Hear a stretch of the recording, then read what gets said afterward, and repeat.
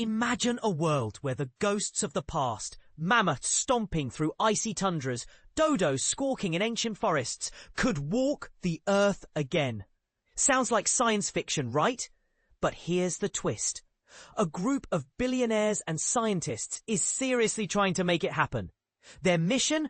To build a genetic time machine that could resurrect extinct animals, all in the name of saving the planet.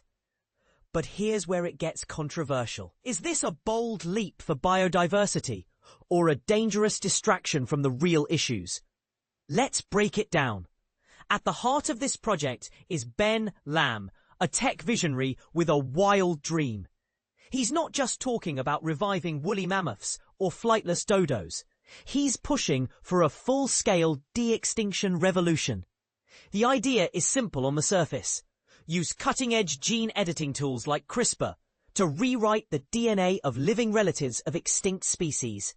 Then, through cloning or embryo transfer, bring these long-lost creatures back to life.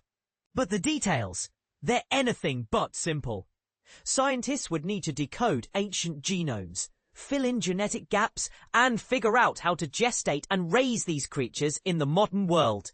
And that's just the beginning. Proponents argue that reviving extinct species could restore ecological balance. Take the mammoth, for example. Its return might help cool Arctic permafrost by trampling snow and exposing the ground to colder temperatures. A potential weapon against climate change. Others point to the dodo, whose ecosystem role as a seed disperser could be critical for tropical forests. Yet, critics raise a valid question. Should we spend billions on resurrecting the past when so many species are currently vanishing? This is the part most people miss. The debate isn't just about science. It's about priorities.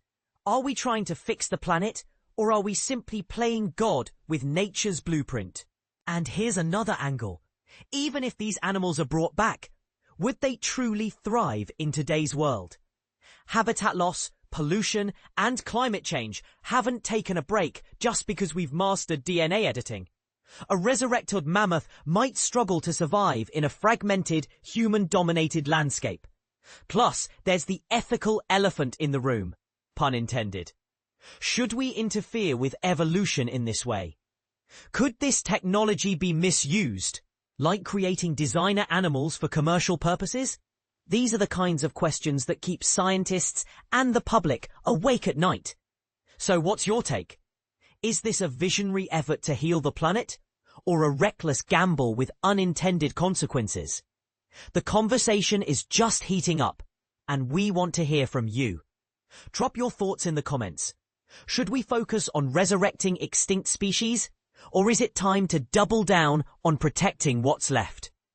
And if you're curious to dive deeper into this genetic revolution, start your free 14-day trial today to explore more stories that challenge the way you see the world.